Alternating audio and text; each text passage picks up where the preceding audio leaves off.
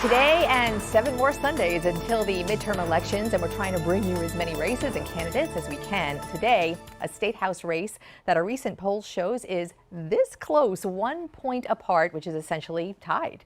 District 113, redistricted, now comprises some of Miami-Dade's denser neighborhoods in the Gables, Grove, Brickell, Little Havana, Key Biscayne. But in the bigger picture, it counts toward the balance of power as state lawmakers push through their and your agenda, which brings us to the candidates.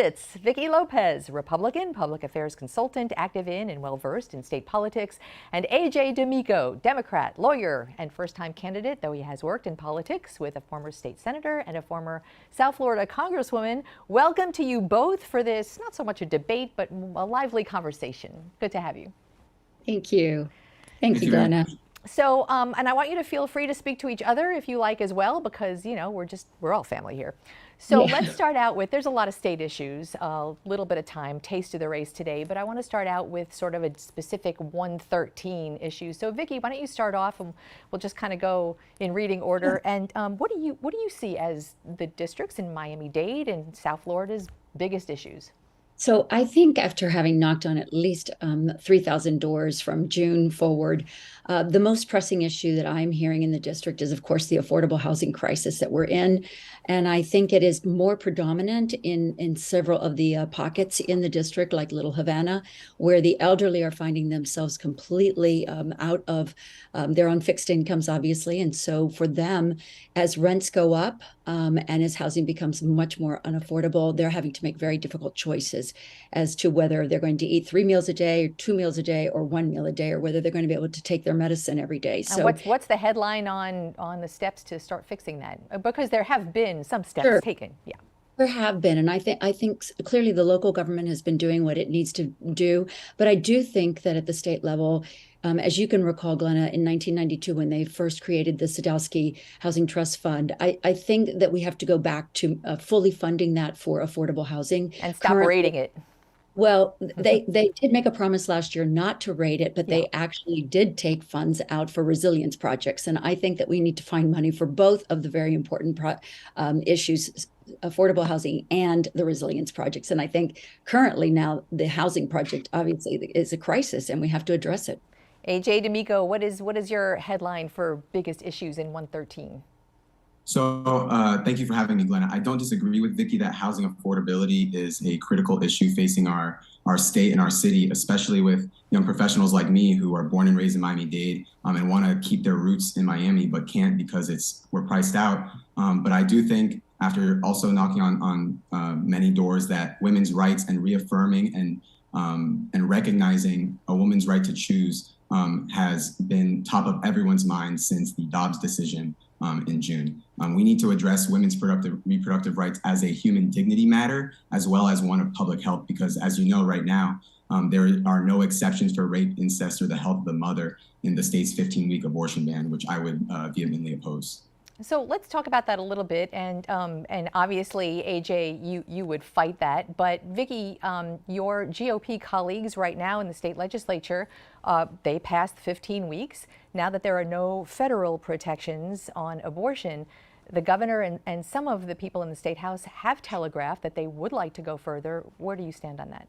So I do think that they've been somewhat telegraphing that, but I don't think that there's been any decision on it. The way I stand is very clear. I mean, I support the 15 weeks, but I would have supported even more exceptions. I would have added human trafficking to that. So I think that the victims of rape, incest, human trafficking, and clearly the health, of a mother are the 4 exceptions that I think are critically important. And I've spent a lifetime, as you know, Glenna, working on issues that impact women and girls. And I think that the 15 weeks was not outrageous, especially if you've been following someone's pregnancy, as I have. My best friend's daughter-in-law is now pregnant, and every week I get an update about where the baby is, what it's doing. And I think that 15 weeks was a reasonable a move on the part of the legislature. I think what was unreasonable was not incurring any exceptions. A.J., do you think 15 weeks is reasonable, if that's where it stays? Absolutely not. I think 15 weeks is not informed by medical data and science, and actually ignores a lot of health complications that women may have while they're while they're pregnant. At the end of the day, it's not just a matter of privacy, but like I said, it's a matter of human dignity. I cannot imagine a more personal and life-changing decision for a person to have to make than to bring a child into the world. While I, as a man, will never experience that, I can empathize with my sister, my mom, my female friends and family for having to make that choice. And I think that choice has to be in a woman's hands, because ultimately it's her body. And the government should not be intruding on that, especially before the point of viability. You have a lot of Republican women in the House that would disagree with you there. Let's move on quickly to, hopefully you have heard the past couple of segments about the migrants, Venezuelan migrants being relocated to Martha's Vineyard. Vicki, yay or nay on that plan? Would you support that or change it somehow? Actually, I would change it. So I think we all recognize that the governor has placed, this is an issue because it's impacting Florida more than it's impacting any other state other than Texas and Arizona. And so I always like to look at what's happening in District 113 as it relates to this. And if you know anything about the Little Havana, East Little Havana, West Little Havana, Riverside areas, there are an extraordinary amount of immigrants, both documented and undocumented, that are in need of desperate services now. And that's going to put an incredible burden on the state. And so what I don't understand is why the federal government hasn't been able to come down and visit. I encourage any federal immigration agent to come down to District 113, and I'll walk him and show him the conditions these people are living in and their needs, and why, if they're going to continue to open that border and keep it open, that they're going to need to be providing for us all the resources that we need to be able to treat them. And so again, this is the divisive politics that I'm seeing, and I cannot understand why we can't all sit down together. And I know that in a previous segment, you were talking with someone and you said, there's been bipartisan approaches to try to solve this, and they haven't been able to solve it. But while they're trying to solve it, I think someone needs to come to District 113 and see the impacts of not only on the community, on the resources, but on the very people that are coming and how they're. Okay, thanks. I appreciate that. I don't mean to interrupt. I just want to make sure we fit it all in. A.J., what do you think about the relocation plan? Glenna, the governor's stunt is taking advantage of vulnerable, oppressed people seeking legal asylum in the United States. They're taking advantage of people who are fleeing social suppression, just like millions of people in South Florida have. And in those people, in those videos that I saw in Martha's Vineyard, I saw the story of my family who fled from Cuba in the early 70s. And I'm left to wonder whether I would be here if the governor at the time decided he didn't want us and that we would be estranged, that we're illegally trying to come to the United States and to Miami. And I think it turns our back on the values that built this city and built our country. And I think that Florida and America are better than what transpired last week. And I'm excited to get elected to show Florida and to show our community that we are better, that we can have empathy and compassion towards people fleeing the socialist oppression that Republicans always decry.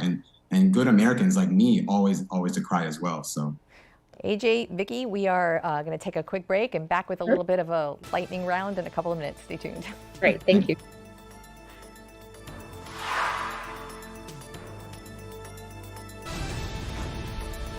We are back with the candidates for District 113, Democrat A.J. D'Amico, Republican Vicki Lopez. In the 4 minutes that we have, there's so many issues, from climate change and resiliency and affordable housing. And I want to really, though, zero in on something that was so contentious at the state level, and that is a few laws that a very sizable in your district LGBTQ community feels like an assault on their rights. And A.J., this time let's start with you.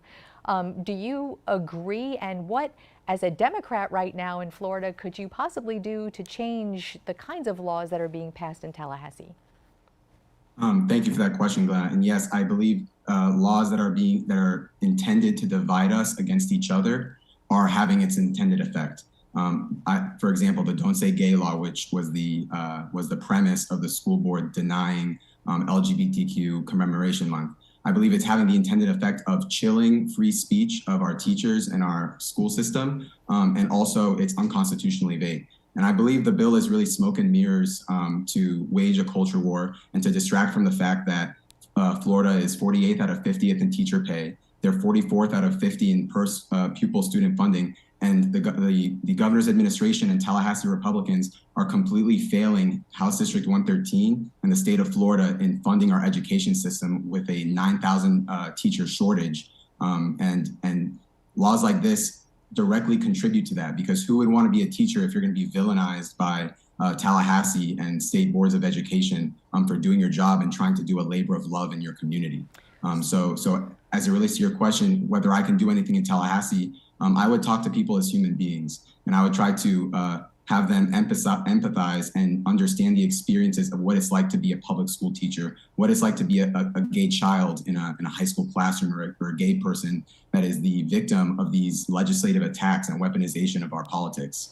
So a lot of that actually was done in Tallahassee. The law you're talking about is called Parents' Rights in Education. And Vicki, those who passed it on the argument that they wanted to get back to reading, writing, and arithmetic and not social issues in school. And yet we have seen a chilling effect that it has had already. What's your take? So it's unfortunate, because I agree that we need to get back to the basics. When I was in school, I didn't know anything about the students' personal lives. I didn't know anything about my teachers' personal life. You know, the bell rang, you sat down, they did the curriculum, the bell rang, you got up. And I think what's happening here is that there was this notion to pull back on the gender identity. I would have taken Senator Jeff Brandes' amendment on the floor, which was no sex. I don't know what it is that we're doing talking about all of these issues when, in fact, as A.J. correctly pointed out, we've got reading deficiencies in the 3rd grade. And I don't agree with him that this is the reason why we have a teacher shortage. We know why we have a teacher shortage. Veteran teachers are leaving because in 2005, we got rid of the STEPS program. And when a veteran teacher who's had 12 years in experience is now making the same as a first-time teacher, there's no doubt that veteran teachers who we need to keep are going to be leaving because they can make more money elsewhere. So we need to focus on teacher pay for veterans. We need to focus on curriculums that go back to the basics. And I don't know, I think that all of this is about, teaching tolerance. And I think that that's the job of a parent. I certainly raised my son to be tolerant and be kind and generous and thoughtful with everyone. And we didn't break people up into silos about who they were, how they were. It was, people are people, and you should love them and care for them. Our lightning round has come to a television hard ending. I just wanted to recognize that in a very divided political state right now, you two are the moderates of your party. So it'll be interested to see how these play out. So great to have you both. Thank you so much. Thank you, Glenna. Thank you, AJ. Bye-bye.